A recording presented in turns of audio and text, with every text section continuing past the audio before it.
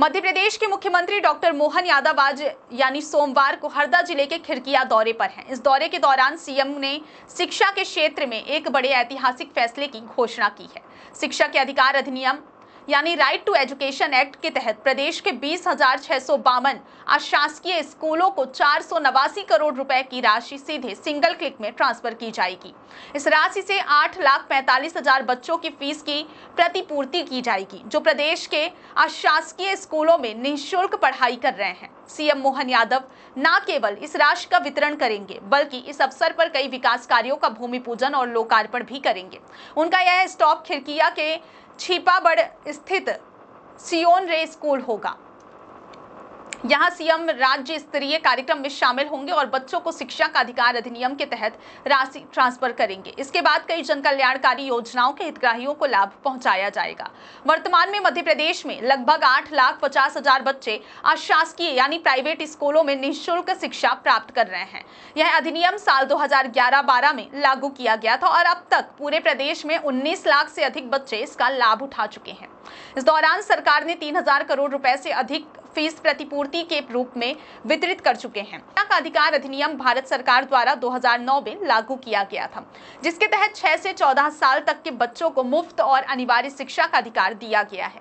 मध्य प्रदेश ने इसे 2011-12 में राज्य स्तर पर लागू कर बच्चों को गुणवत्तापूर्ण शिक्षा प्रदान करने की दिशा में बड़ा कदम उठाया था। इस अधिनियम के तहत अशासकीय स्कूलों में प्रथम प्रवेशित कक्षा की न्यूनतम 25% सीटें वंचित और कमजोर वर्ग के बच्चों के लिए आरक्षित हैं। इसका उद्देश्य हर बच्चे को उसके नजदीकी स्कूल में शिक्षा का अवसर देना और किसी भी बच्चे के साथ भेदभाव न होने देना है। पिछले कुछ वर्षों में सरकार की ये पहल बच्चों के लिए वरदान साबित हुई है। इससे न केवल शिक्षा का स्तर बढ़ा है, बल्कि गरीब और कमजोर वर्ग के बच्चों के भविष्य में भी सुधार हुआ है।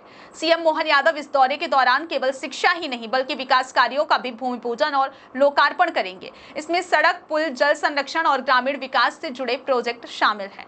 विशेष रूप से खिरकिया और आसपास के इलाकों में ये कार्य स्थानीय लोगों के लिए रोजगार और सुविधाओं के नए अवसर लेकर आएंगे। सीएम के दौरे से यह संदेश भी जाता है कि सरकार बच्चों की शिक्षा और प्रदेश के विकास को सर्वोच्च प्राथमिकता दे रही है। मध्य प्रदेश में शिक्षा के अधिकार अधिनियम के तहत लाभार्थियों की संख्या लगातार बढ़ रही है। आज तक 19 लाख बच्चों ने इसका लाभ उठाया है। फीस प्रतिपूर्ति की राशि 3,000 करोड़ से अधिक हो चुकी है। इन आंकड़ों से स्पष्ट है कि शिक्षा का अधिकार अधिनियम केवल एक कानूनी प्रावधान नहीं है, बल्कि यह हजारों परिवारों के लिए जीवन बदलने वाला अवसर बन गया है। हमारे बच्चों की फीस तो हम दे रहे हैं, लेकिन ये किताब कापी का ज्यादा खर्चा लगता है प्राइवेट सेक्टर में। तो कोशिश कर रहे हैं अगली बार कि आप बस्तों के अंदर रखने वाली किताबें भी सस्ती दरों पर देने का संकल्प ले रहे हैं। जोरदार अभिनंदन करें। अपने भविष्य की पौध के लिए एक एक रुपया उनके हक का उनके हाथ में आना चाहिए। वैसे तो बच्चे के लिए सबसे पहले गुरु माता पिता, उनका अपना परिवार में मिलने वाला आश्रय और आनंद। दूसरे माता पिता की तरह होते गुरु, जिनके माध्यम से वो उनकी बाकी जीवन की शिक्षा के माध्यम से जिंदगी बदलने का काम करते हैं। जो बच्चे स्कूल में आते हैं, पढ़ते लिखते आगे बढ़ते हैं, वो नरेंद्र मोदी बनते, अब्दुल कलाम आजाद बनते। जोरदार अभिनंदन करें। बदलते दौर में हमारे द्वारा आज ये बच्चों को भी स्कूल में पहुंचाने के लिए हमारी सरकार लगभग 500 करोड़ रुपए दे रही है। जोरदार अभिनंदन करें बच्चों के लिए। चाहे किसी जगह चले जाएं, अपनी जड़ों को नहीं भूलना है।